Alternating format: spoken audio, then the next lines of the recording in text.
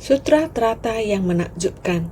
Bab 11 Kemunculan Stupa Mustika. Sin Fasyang Sutra Tratai episode 1276. Diperagung dengan pohon mustika dan 5 tahapan dari kesabaran sebagai singgasana. Di luar ada suara angin dan ada suara hujan. Berharap suara ini akan perlahan mereda. Berharap semua orang dapat mendengarkan dengan sungguh hati. Waktu terus berlalu di ruang hampa ini. Ruang hampa saat ini mengikuti perubahan iklim. Saat ini adalah musim angin topan. Topan ini topan meranti. Adalah sebuah topan yang sangat kuat. Badan meteorologi terus-menerus melaporkan anginnya sangat kencang, kuat, dan menjangkau area yang sangat luas. Berharap semua orang dapat meningkatkan kewaspadaan.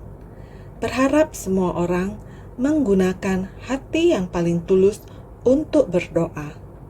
Berharap topan ini dapat bergerak dan berpindah posisi sedikit.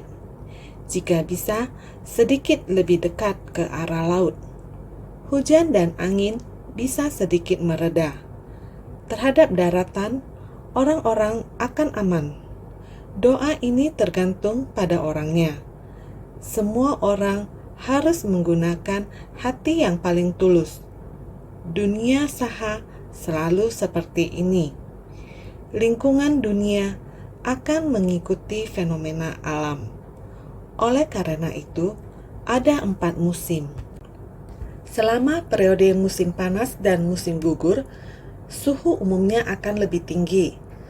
Tekanan udara dan aliran udara akan kurang stabil, maka akan ada angin topan yang berpadu dan berhembus.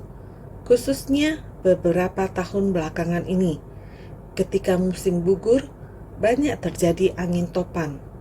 Pada saat seperti ini di tahun lalu, relawan Tima juga pulang ke Taiwan.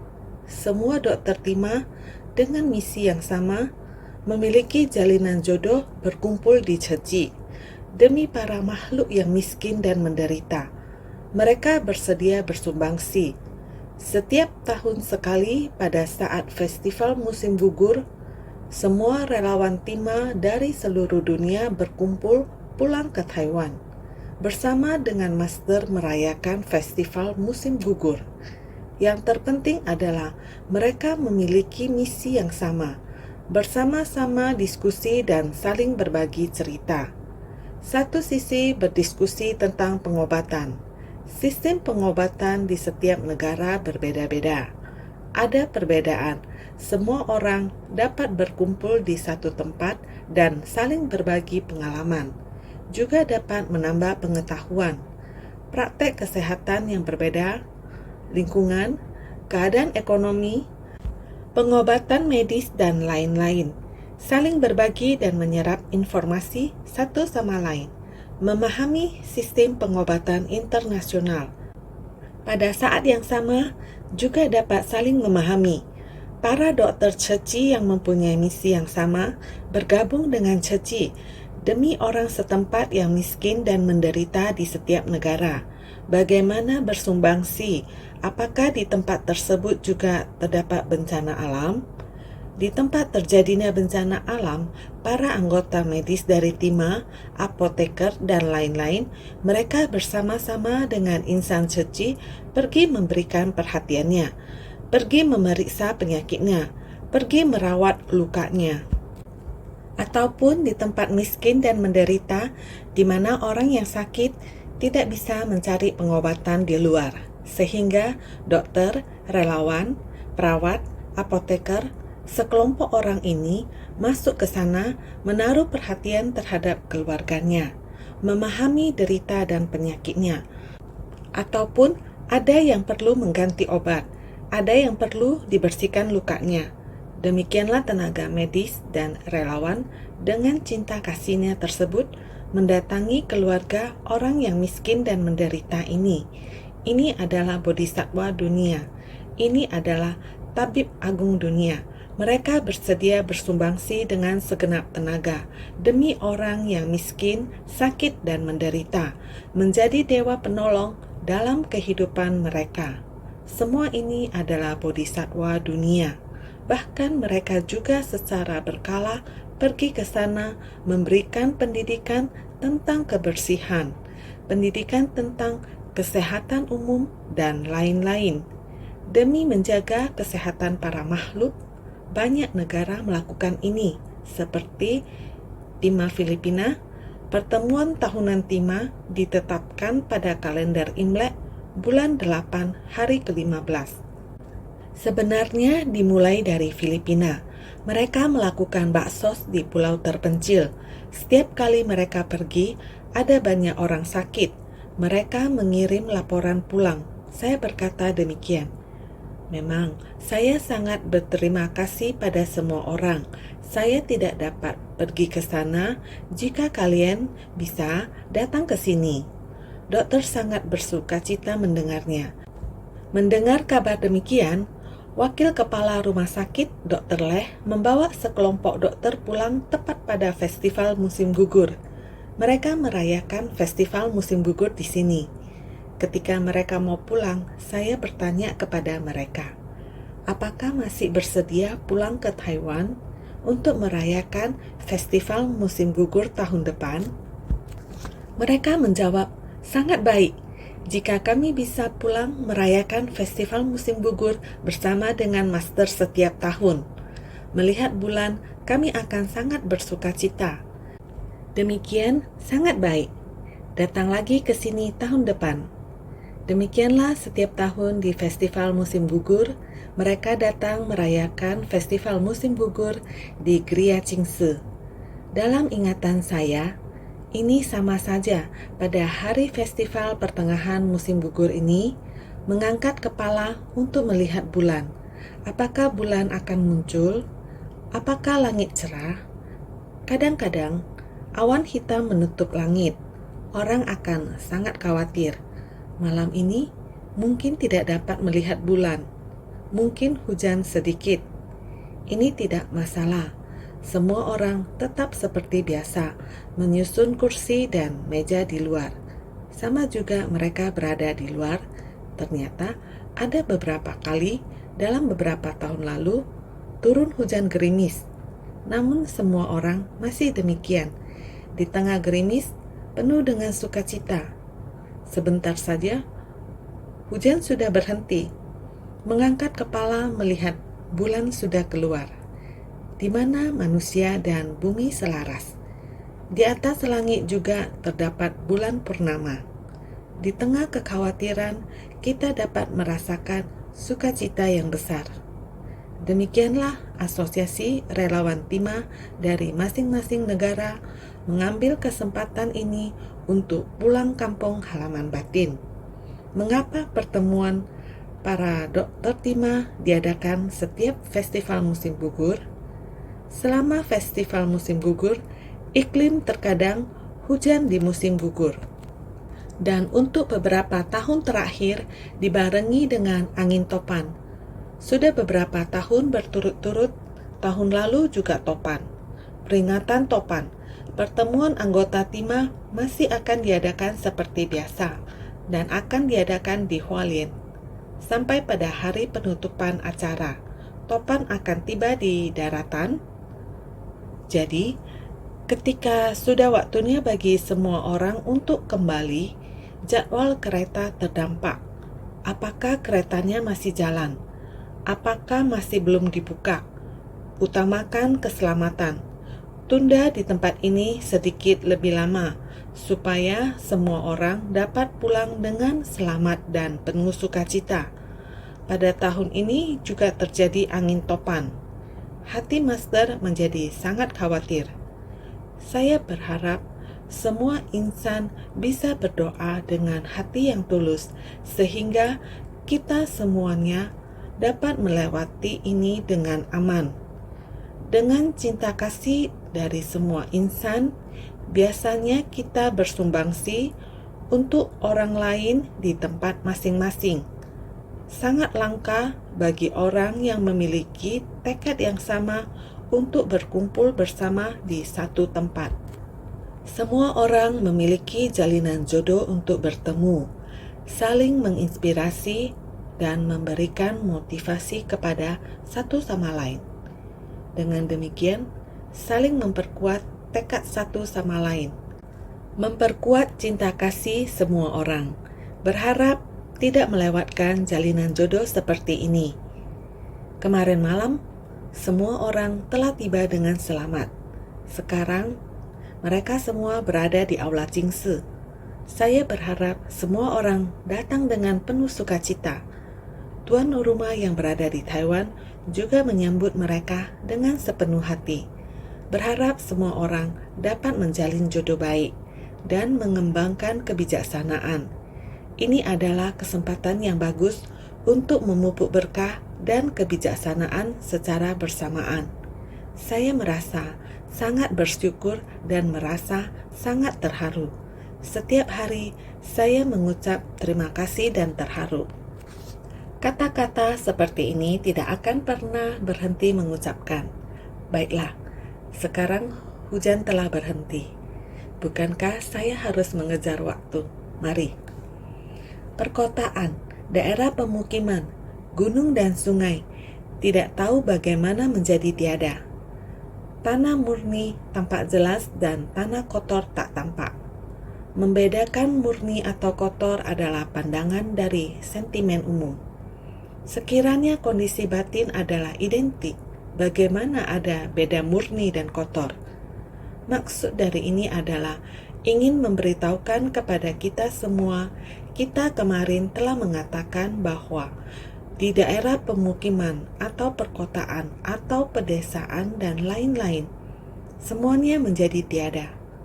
Perkotaan dan daerah pemukiman ini menggambarkan pria dan wanita atau kekotoran batin dalam batin.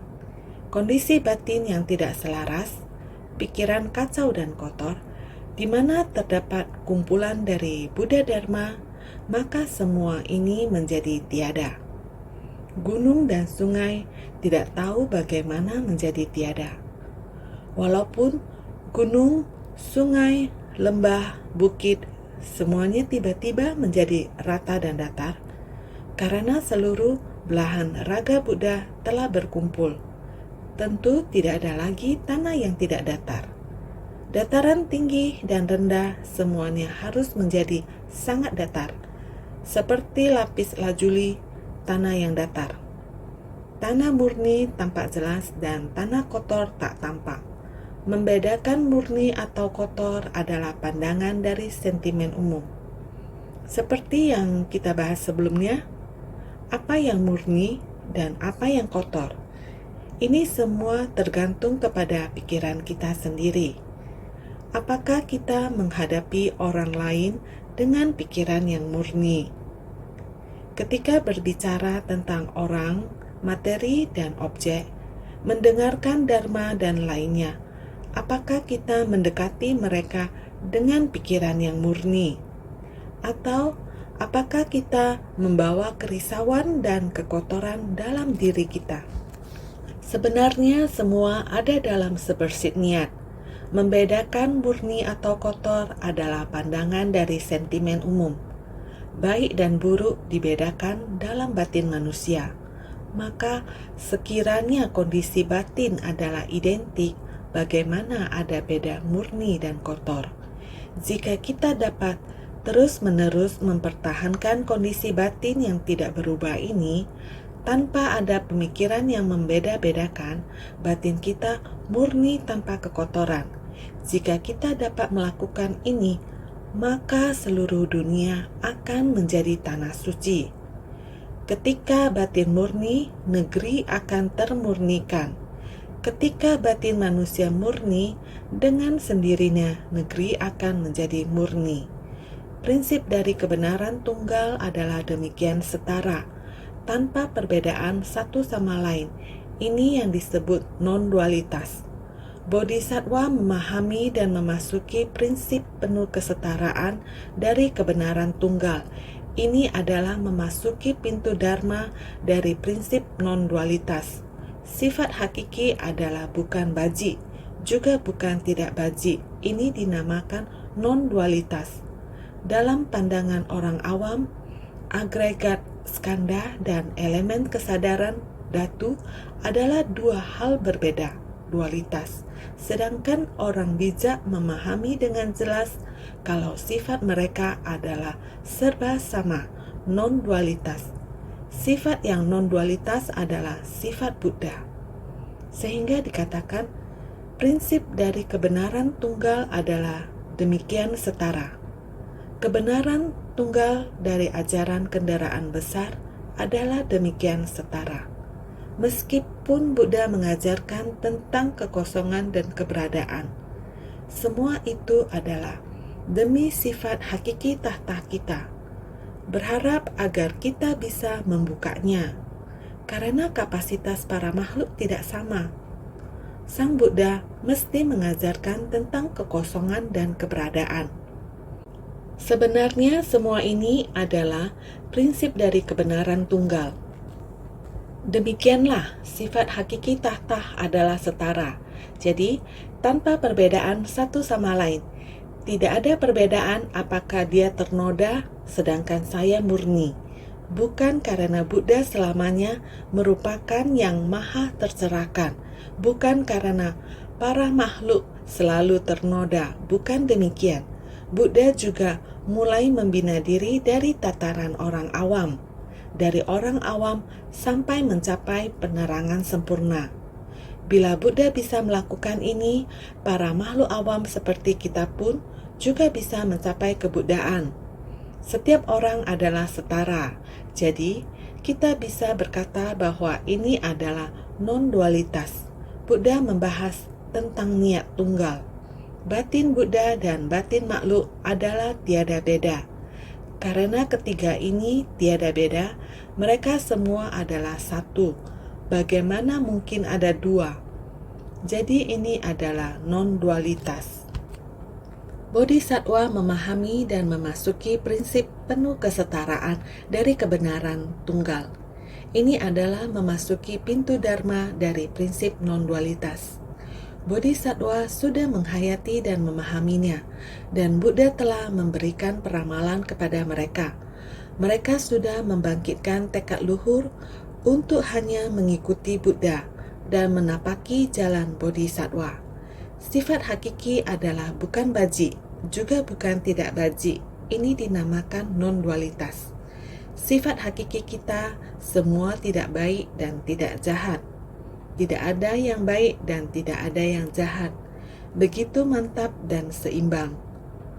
Kebaikan adalah karena makhluk hidup menderita, sehingga mengilhami untuk berbuat kebaikan dan mempraktekkan jalan Bodhisattva. Jika semua melakukan kebajikan, semua orang terbebas dari penderitaan. Maka orang-orang akan sama seperti Bodhisattva maupun Buddha.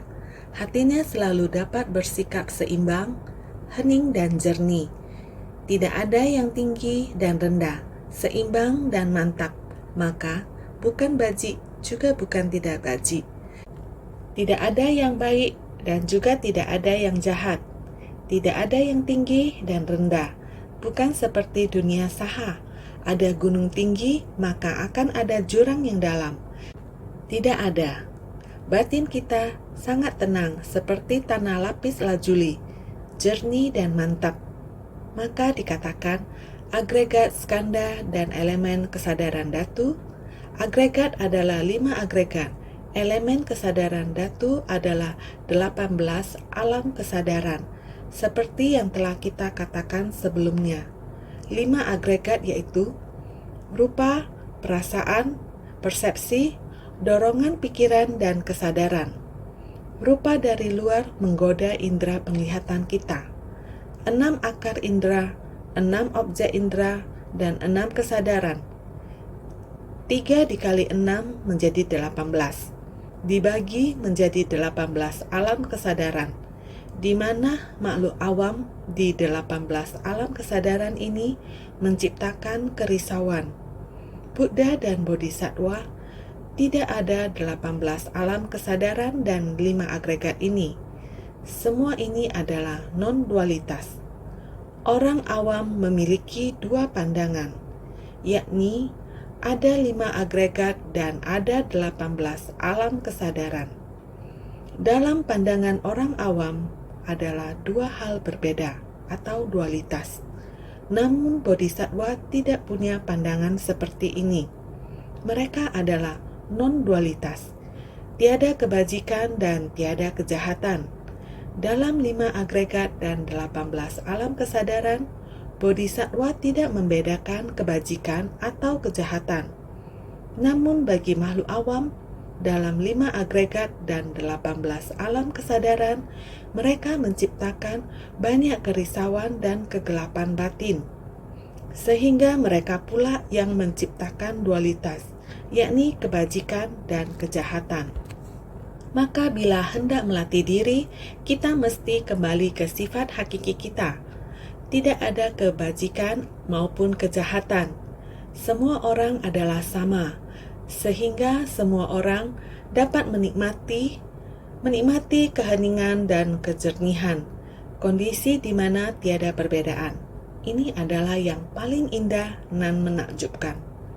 Prinsip dari kebenaran tunggal adalah demikian setara, tanpa perbedaan satu sama lain. Ini yang disebut non-dualitas. Bodhisattva memahami dan memasuki prinsip penuh kesetaraan. Dari kebenaran tunggal, ini adalah memasuki pintu dharma dari prinsip non-dualitas. Sifat hakiki adalah bukan bajik, juga bukan tidak bajik. Ini dinamakan non-dualitas. Dalam pandangan orang awam, agregat atau skanda dan elemen kesadaran atau dhatu adalah dua hal berbeda atau yang disebut dualitas. Sedangkan orang bijak memahami dengan jelas kalau sifat mereka adalah serba sama atau non-dualitas. Sifat yang non-dualitas adalah sifat Buddha. Sehingga serba sama atau non-dualitas. Sifat yang non-dualitas adalah sifat Buddha. Sifat Buddha adalah setara, hening, dan jernih. Maka ini semua menjadi sangat mudah untuk diuraikan. Mari kita lihat bagian naskah sutra yang sebelumnya. Jaring dan tirai mustika dibentangkan di atasnya, digantungkan dengan segala genta mustika. Hanya para hadirin dalam persamuan ini yang tetap tinggal, sedangkan para dewa dipindahkan ke tanah lain. Dikutip dari Sutra Teratai bab 11, kemunculan stupa mustika. Buminya adalah datar, sangat bersih. Yang terbentang di atasnya semua adalah jaring dan tirai mustika. Jaring dan tirai mustika dibentangkan di atasnya. Memandang ke atas, semuanya adalah mustika. Mutiara, lapis lazuli, gabungan dari 7 mustika. Mutiara, batu karnelian, dan lain-lain sebelumnya sudah disebutkan. Membuat 7 mustika ini digabung menjadi jaring, terbentang menutupi seperti ini, sehingga yang terlihat di bawah adalah dunia lapis lazuli. Di atas adalah terbentuk dari 7 mustika. Ini adalah untuk mewakili dharma. Atas bawah, bukankah semuanya adalah benda mustika? Bukankah dharma adalah berkah dan kebijaksanaan kita? Lonceng mustika ini adalah menunjukkan dharma. Sering mendengarkan dharma, menikmati kondisi batin, tenang dan jernih. Kondisi dari mendengarkan dharma meningkatkan jiwa kebijaksanaan. Jadi, hanya para hadirin dalam persamuan ini yang tetap tinggal. Hati orang yang menerima dharma, orang dengan akar kapasitas yang sudah matang berada dalam persamuan ini. Akar kapasitas yang masih belum matang, dewa perlu menghindar. Karena ada sangat banyak Buddha belahan raga. Selanjutnya akan ada lebih banyak lagi prinsip kebenaran bagi yang tidak suka mendengarnya ataupun akar kapasitasnya tidak mengerti setelah mendengarnya, dia akan menyingkir ke samping. Dan orang yang bisa mendengar dan menerima dharma dapat terus masuk ke dalam. Segala dharma seperti demikian terus bergabung di sini. Orang yang kekurangan akar kapasitas, maka perlahan-lahan dia akan mundur. Pada ketika ini, semua Buddha masing-masing dengan membawa serta seorang bodhisattva agung sebagai penggiring, tiba di dunia saha dan masing-masing menuju bawah pohon mustika. Dikutip dari Sutra Teratai bab 11, kemunculan stupa mustika. Para Buddha, lokasi telah terorganisir, batin setiap orang telah siap. Sudah menyiapkan diri untuk mulai menerima Dharma Agung. Dharma kaya dari para Buddha akan datang berkumpul. Bukan hanya Dharma kaya dari para Buddha, tetapi juga para bodhisattva. Pengiringnya juga turut datang. Naskah selanjutnya, begitu mereka datang, mereka telah tahu posisi masing-masing, menempati posisi di pohon mustika. Karena di tanah jelmaan ini terdapat pohon mustika dan tali emas membatasi jalan. Lapis lazuli sebagai tanah, pohon mustika berjajaran, tali emas sebagai pembatas jalan. Ini telah dibahas sebelumnya. Oleh itu, lokasi ini, Dharma juga perlu menempati tempat Dharma. Maka, naskah sutra mengatakan lagi, setiap pohon mustika setinggi 500 yojana dengan satu demi satu cabang, daun, bunga, dan buah yang agung. Di bawah semua pohon mustika terdapat singgasana singa setinggi 5 yojana, juga dihiasi dengan mustika agung. Dikutip dari Sutra Teratai bab 11, kemunculan stupa mustika. Naskah sutra ini berkata demikian. Setiap pohon mustika setinggi 500 yojana melambangkan tubuh Dharma dari 5 jenis jasa pahala. 5 bagian tubuh Dharma, yaitu 5 jenis Dharma dari jasa pahala yang mendukung pencapaian tubuh Buddha, disebut sebagai 5 bagian tubuh Dharma. 500 yojana ini termasuk dalam Dharma. Ini melambangkan 5 bagian tubuh Dharma. Apa yang dinamakan 5 bagian tubuh Dharma? Yaitu 5 jenis jasa pahala. 5 jenis jasa pahala mendukung pencapaian tubuh Buddha, dinamakan 5 bagian tubuh Dharma. Ketika kita hendak melatih diri, tidak boleh kekurangan 5 jenis ini. Jika kekurangan 5 jenis ini, kita juga tidak dapat mencapai kebuddhaan. 5 bagian tubuh Dharma yaitu yang pertama, tubuh moral atau sila. 2. Tubuh konsentrasi atau samadhi. 3. Tubuh kebijaksanaan atau prasna. 4. Tubuh pembebasan atau vimukti. 5. Tubuh pengetahuan dan pandangan akan pembebasan atau vimukti janana darsana.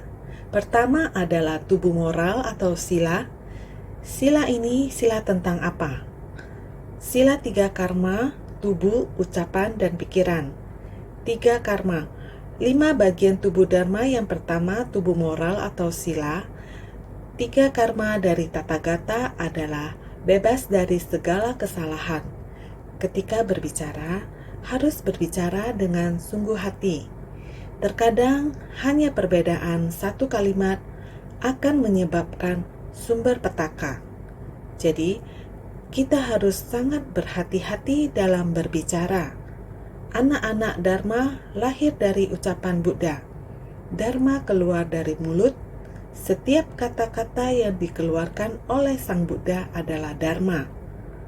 Adalah Dharma dari prinsip kebenaran, agar jiwa kebijaksanaan setiap orang menumbuhkan jiwa kebijaksanaan dari ucapan Sang Buddha.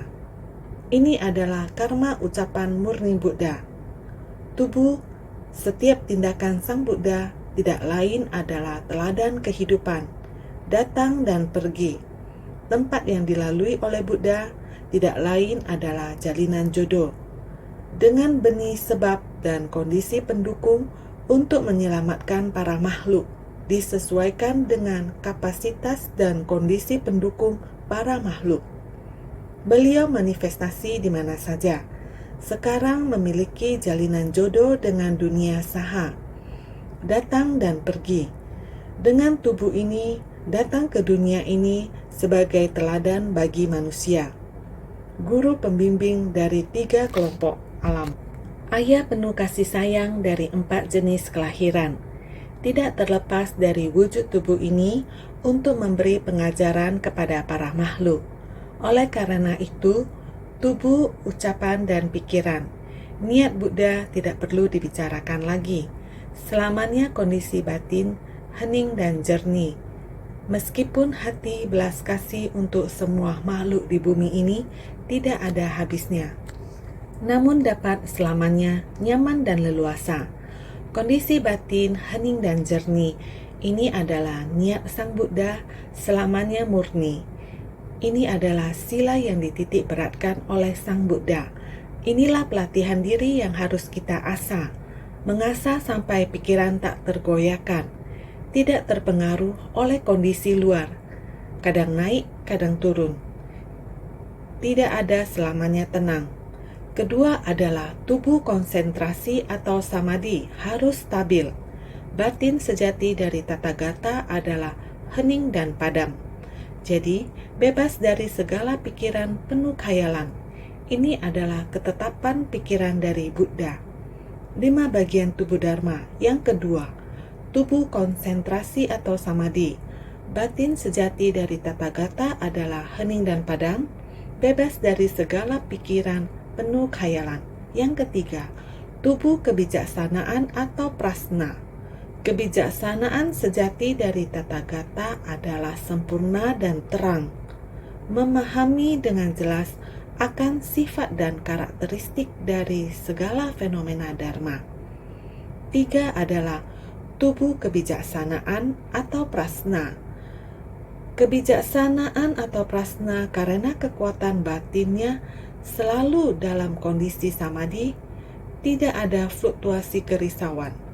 Jadi, kebijaksanaan sejati dari Tathagata adalah sempurna dan terang, memahami dengan jelas akan sifat dan karakteristik dari segala fenomena dharma. Ini adalah kebijaksanaan dari para Buddha. Kebijaksanaan dari para Buddha adalah berpadu menjadi satu dengan langit dan bumi.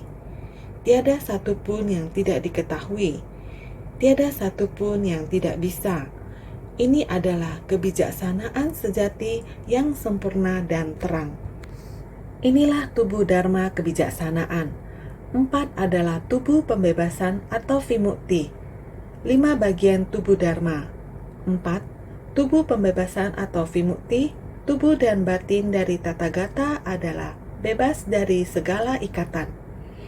Tathagata mengendarai dharma yang demikian untuk datang ke dunia, datang dan pergi silih berganti, menggunakan dharma dari kesedemikian untuk membimbing para makhluk. Datang bukan dikarenakan karma. Beliau adalah menyesuaikan dengan kebutuhan para makhluk, mengendarai dharma yang demikian untuk datang ke dunia. Oleh karena itu, selamanya adalah terbebaskan dari segala ikatan. Tidak ada apapun yang dapat mengekang dan mengikat batin Buddha. Merintangi kondisi batin Buddha. Batin tenang dan hening, sangat terkonsentrasi. 5 adalah tubuh pengetahuan dan pandangan akan pembebasan atau vimukti janana darsana, yakni tubuh Dharma Buddha. Beliau telah terbebaskan, tidak ada rintangan lagi. 5 bagian tubuh Dharma yang kelima adalah tubuh pengetahuan dan pandangan akan pembebasan. Vimukti janana darsana. Tathagata memiliki kebijaksanaan yang mampu memahami sepenuhnya kalau dirinya sebetulnya telah terbebaskan. Bagaimana dengan kita sendiri? Makhluk awam tidak tahu bahwa apakah saya sendiri memiliki kebijaksanaan atau tidak. Kita sendiri masih belum ada kepastian. Apakah kita sudah terbebaskan? Kita tidak bisa mengkonfirmasi akan diri kita sendiri, tetapi Sang Buddha sudah sepenuhnya yakin terhadap dirinya sendiri.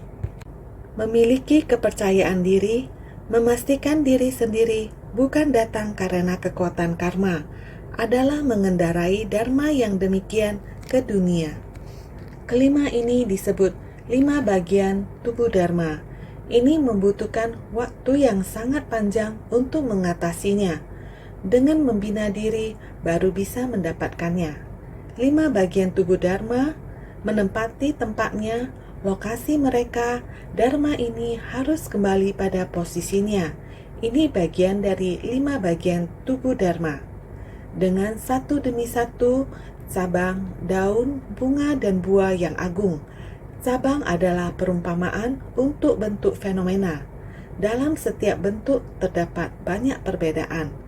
Ibarat daun, bunga mekar melambangkan benih. Buah terbentuk melambangkan kebijaksanaan. Giat membina diri secara berurutan seperti ini guna memperagung tubuh dharma. Pohon ini sebuah pohon.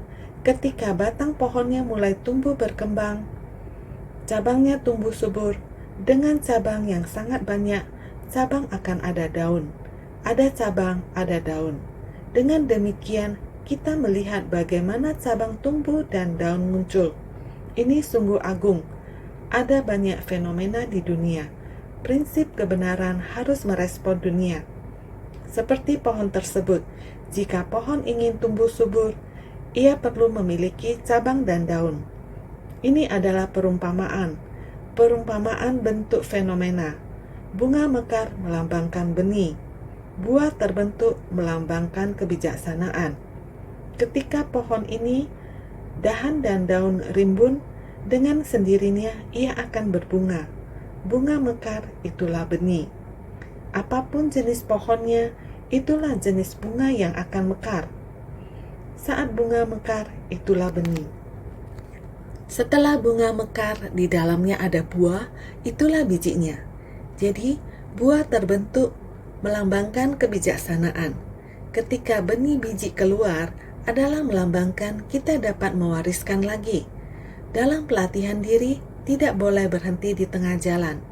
Juga tidak boleh menyerah di tengah jalan. Ketika mendengarkan dharma, jika kita berhenti di tengah jalan, kita tidak akan mendapatkan hasil. Tidak memiliki hasil artinya tidak akan ada buah. Tidak memiliki buah, kamu tidak akan memiliki benih untuk diwariskan. Prinsip kebenaran yang sama. Jadi, giat membina diri secara berurutan seperti ini guna memperagung tubuh dharma. Dengan tubuh kita harus melakukan pembinaan diri seperti ini. Kita harus memiliki sila dan martabat.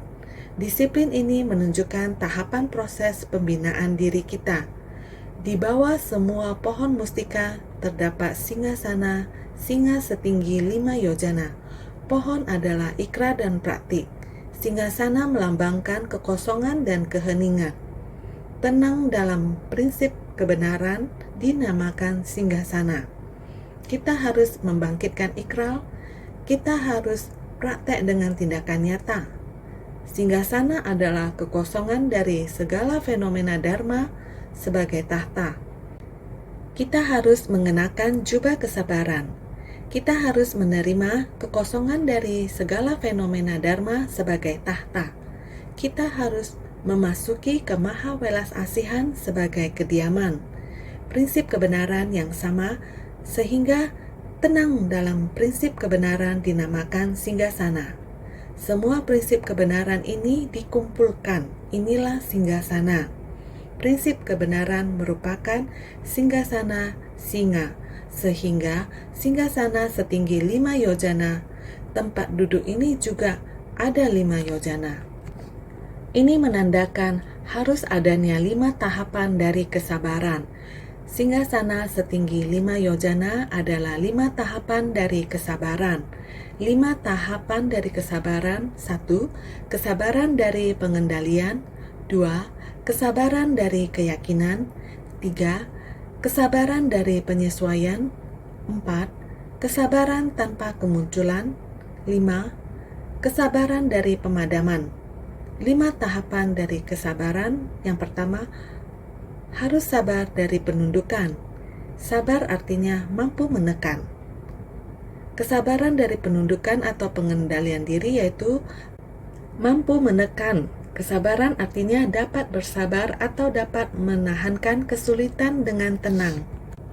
Para makhluk sangat keras kepala. Kita harus menundukkan mereka. Bukan hanya para makhluk keras kepala yang harus kita tundukkan, sifat batin kita yang keras juga harus ditundukkan. Terlebih dahulu menundukkan diri sendiri, baru bisa menundukkan orang lain, sehingga perlu kesabaran. Kesabaran artinya dapat bersabar atau dapat menahan kesulitan dengan tenang. Harus mampu bersabar ataupun ini tidak ada apa-apanya. Inilah menahan kesulitan dengan tenang. 5 tahapan dari kesabaran. Yang kedua, kesabaran dari keyakinan atau keyakinan teguh. Meyakini dan mengikuti tanpa keraguan. Yang ketiga, kesabaran dari penyesuaian. Penyesuaian artinya menuruti kondisi, juga mematuhi. Kita bukan hanya mengikuti, kita harus menyatu dengan prinsip kebenaran Buddha, harus berjalan mengikuti prinsip kebenaran. 5 tahapan dari kesabaran. Yang keempat, kesabaran tanpa kemunculan. Merujuk pada para bodhisattva, pada bumi ke-7, ke-8, dan ke-9, di mana delusi telah terhapus, tuntas memahami secara jelas kalau segala fenomena adalah tidak muncul. Ini merujuk pada para bodhisattva yang membina diri pada bumi ke-7, ke-8, ke-9. Terdapat bodhisattva pada bumi ke-10, mereka telah mencapai tahapan ke-9, sehingga delusi telah terhapus tuntas. Kegelapan batin dan kerisauan telah terhapus tuntas sehingga memahami secara jelas kalau segala fenomena adalah tidak muncul. Banyak sekali dharma kerisauan. Kita semua memahami. Kita tidak lagi muncul kerisauan. 5 tahapan dari kesabaran. Yang kelima yaitu kesabaran dari pemadaman. Merujuk pada para bodhisattva pada bumi ke-10, yaitu bumi awan dharma. Para bodhisattva dengan pencerahan setara Buddha dan buah pencerahan menakjubkan dari Buddha, segala delusi telah terhapus tuntas, murni dan tak terkondisi, tenang, jernih, hening dan padam. Makanya dinamakan kesabaran dari pemadaman. 5 tahapan dari kesabaran yaitu kesabaran dari pemadaman, sepenuhnya bersabar sampai kondisi bumi awan dharma, yaitu para bodhisattva pada bumi ke-10. Ini dinamakan para bodhisattva dengan pencerahan setara Buddha. Buah pencerahan menakjubkan dari Buddha, segala delusi telah terhapus tuntas, jernih, hening dan padam. Makanya dinamakan kesabaran dari pemadaman. Ini merupakan proses pelatihan diri kita, sehingga juga dihiasi dengan mustika agung, duduk pada dharma dari kekosongan. Mustika agung ini dengan berbagai macam benda berharga menghiasinya. Ini menandakan kita duduk di singgasana dharma, yaitu dharma dari kekosongan. Terutama sekarang mengatakan dihiasi dengan mustika menandakan ketidakkosongan. Artinya singgasana dari kekosongan sejati dan keberadaan menakjubkan. Juga dihiasi dengan mustika agung, duduk pada dharma dari kekosongan. Sekarang dikatakan dihiasi dengan mustika, melambangkan singgasana dari tathagata ketidakkosongan. Saudara sekalian, mempelajari ajaran Buddha harus demikian. Baik itu 5 bagian tubuh dharma atau 5 tahapan dari kesabaran. Semuanya merupakan proses pelatihan diri kita. Dalam proses pelatihan diri, seringkali perlu kondisi batin yang tenang. Lihatlah, tadi keluar suara berkata-kata diiringi suara hujan. Sekarang Dharma mulai dibabarkan, hujan berhenti, supaya kita bisa dengan hening mendengarkan. Juga berharap semua orang menerima secara berkesinambungan. Juga sama, harus mempraktekkan Dharma dengan tindakan nyata. Harus senantiasa lebih bersungguh hati.